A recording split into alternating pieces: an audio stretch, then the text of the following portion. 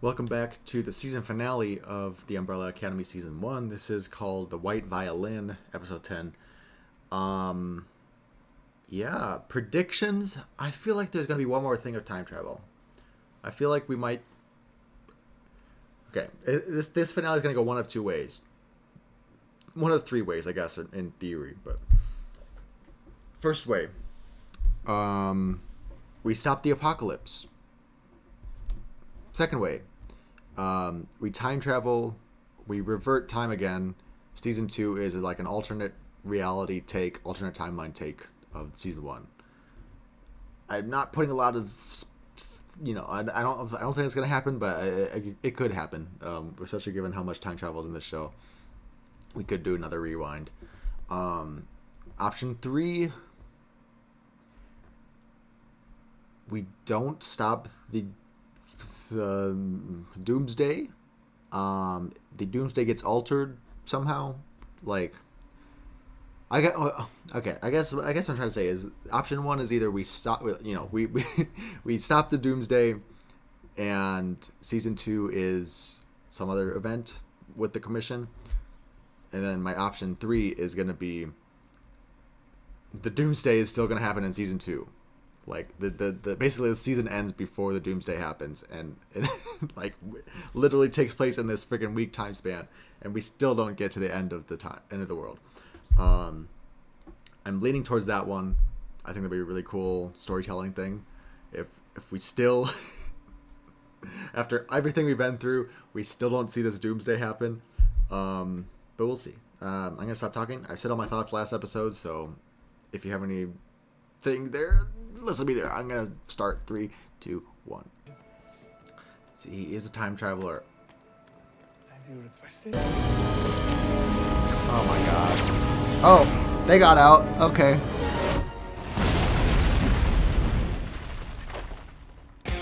No.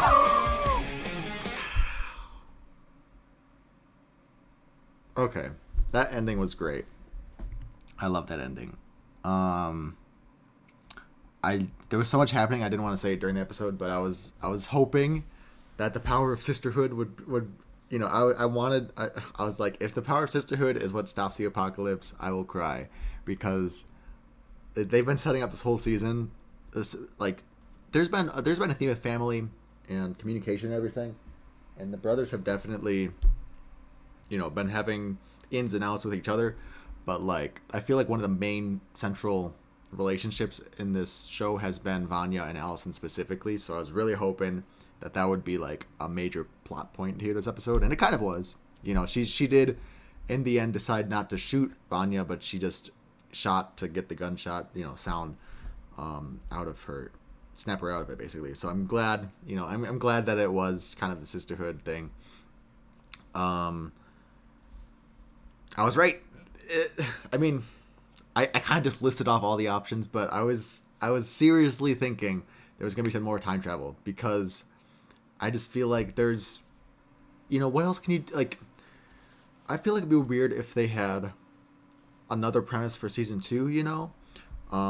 Like if they sought the apocalypse this season, I feel like there'd have the show is so centrally based on the plot about there's a doomsday happening, that I feel like to finish that in one season and then move on to something else would be kind of weird tonally. You know, so I just feel like it had to continue that storyline. Basically, you couldn't just pick up and move on to something else. There's like other superhero shows. You have the things that I'm thinking of right now are Doom Patrol and Daredevil for some reason, but Daredevil makes more sense to compare it to. So Daredevil, spoilers if you haven't seen Daredevil, but the first season it's about Kingpin. Second season it's about the Hand, the Punisher. It can kind of move from one villain to the next, one thing to the next. But I think one of the shortcomings of Doom Patrol that maybe it wasn't done as well as I was hoping, was both seasons so far have been about Niles, the chief, but I feel like the second season just didn't centrally focus it enough. it veered too much, I feel like. Um, anyways, I'm going on a tangent again, but I really like this. I like this season. I will say, out of the 4 shows I'm watching right now, Harley Quinn, The Boys, Lovecraft Country, and this one was kind of on my lower end. I kind of just did every episode each week. It wasn't like one of the shows I was hyped to watch. It was just kind of like I have an obligation to watch it. But I think ever since like episode 6-ish, let me go back here. Yeah, around episode 6, and we really got into the time travel element of it. I started to really dig it and get invested fully. But can't wait to watch season 2 now, especially after that ending. I'm curious to see where they're going to end up. Because yeah, I think I'm really glad that he didn't kill Vanya off too, because I feel like if they just, I don't like that they said we need to fix her or whatever, making it sound like she's literally just a broken violin. It's you guys need to repair your relationship with each other, and get some closure with each other. The problem is you guys are dysfunctional. So I'm glad that they're all going together. Hopefully Vanya will listen. Like, she's all powered up right now. As soon as she wakes up, she might just go blasting again. Also, what was she sucking their souls out? Like, her powers are very vague right now. It's obviously her intake, basically her energy source is sound, but I don't know what she can like do anything. It sounds like a lot of blasts and stuff. Apparently some soul sucking at the end there. So like it's just such a vague power base right now. I hope we get more clarity as far as that goes.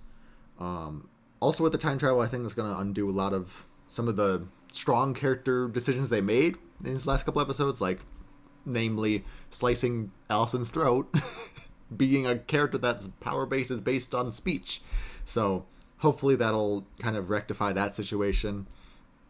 Since we're getting into season 2, I will say one of the spoilers that I saw, it's not a spoiler so much as the costuming thing, but I did see that Klaus looks like Jesus now, hipster Jesus. So I'm very curious to see how that plays in. Like I said, I'm intrigued because everyone wants to be together, possibly. Maybe that's part of the plot, is that they're all in different timelines now or something. I think it'd be really cool to play with too, but also it might be too much to go with, because again, as long as we stay focused, I think the show does really well. One of the criticisms I have is these last couple episodes have been very, the main plot has been great with the kids and the Umbrella Academy, but then you had Hazel and Cha-Cha doing their own vengeance thing, and it didn't really get pulled back around until this episode and a little bit of the last episode. And I think that was one of the weak points, was that it was kind of everywhere. So I think splitting them up in season 2 would be too much to do in one show. But it's a possibility. Maybe they are just in different timelines, self-discovery, something, but I think it would be better if they all can be stuck together. I think we need some, at least at the beginning, we need to unpack some things before we split them up again. What else? I feel like I'm talking really loud, but I'm just so I'm hype. Like this finale was really good, actually. I really enjoyed it. Okay, I forgot this happened at the beginning. What the fuck's going on with Hargreaves? What was that beginning part about? Like, there was missiles launching. He was in 1920s England or something. Well, what was that? What was happening with that? Am I supposed to know, or is that a season 2 thing? Feel free to let me know in the comments down below if I should just wait, or was I supposed to understand what was going on there. I like that little character moment, speaking of Hargreaves, where he kind of played it off like he didn't care that he was giving the violin to Vanya, but he was also kind of smiling when she was playing it. So I think that, it doesn't make me like him more, but it does help to complicate his character and make him more multifaceted.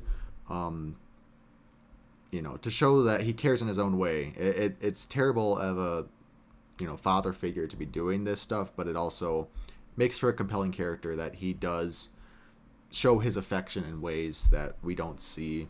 Again, it just makes him more of an intriguing character, complicated. She goes on a rampage to the house, kills Pogo. There's another thing. Pogo and Grace are dead. So I'm wondering if that's going to come up. We'll rewind time to a point where they're alive again. Yeah. Like, is the whole of season 2 just going to be about rehabilitating Vanya? Or are there going to be other complications in the way? How much are they going to interact with the world around them, like Pogo and Grace, possibly Hargreaves, if he's still alive at this point. We didn't get an explanation for why he knows what's going on, Hargreaves. So I'm still betting he's part of the commission. I feel like he had to be, like, what if he was the founder of the commission or something? Handler is officially dead? Quote? Question mark.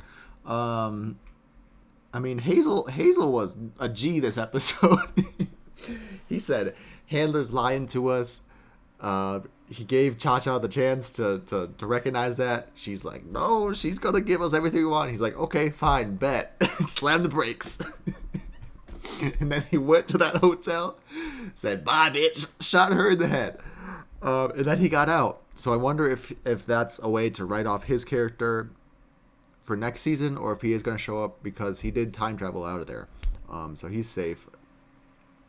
He's doing his own thing. It opens up the possibility that he is still doing something around there. Possibly even doppelgangers, depending on what time period he goes to. Because I'm assuming... I don't know. I just feel like everyone's going to be alive that was killed off this episode. Like Cha-Cha and the Handler included.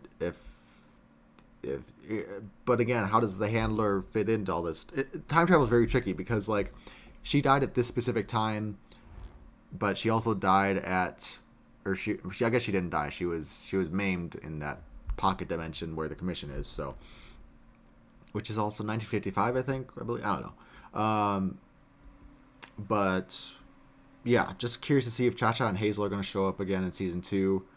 Where do Pogo and all the Umbrella Academy people fit in?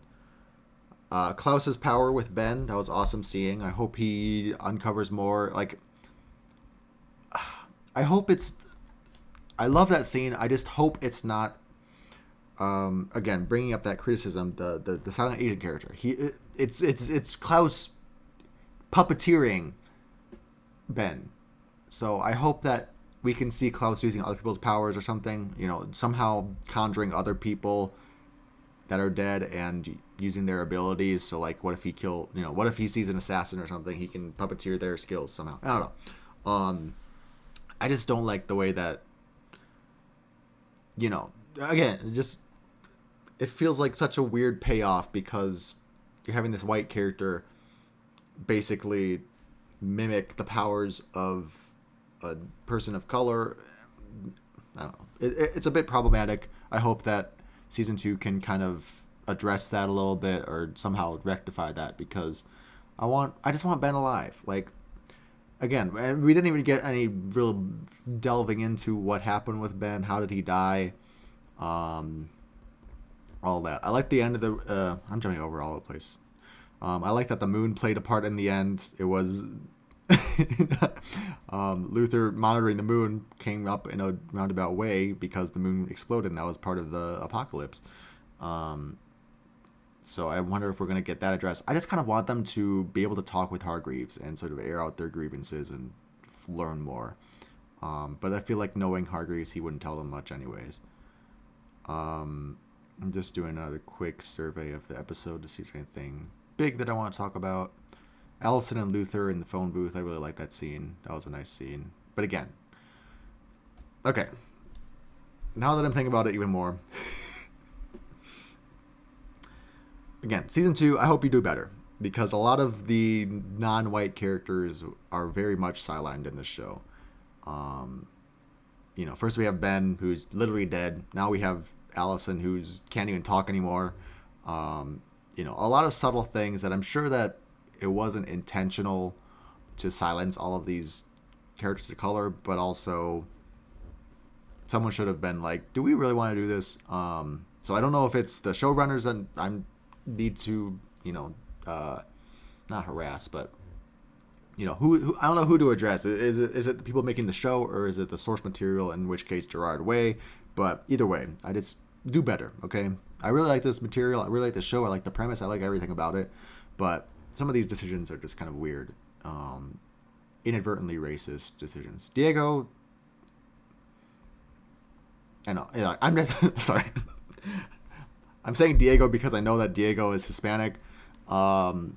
But also he's kind of problematic in his ways because he's very much related to criminal activity, which is also a stereotype.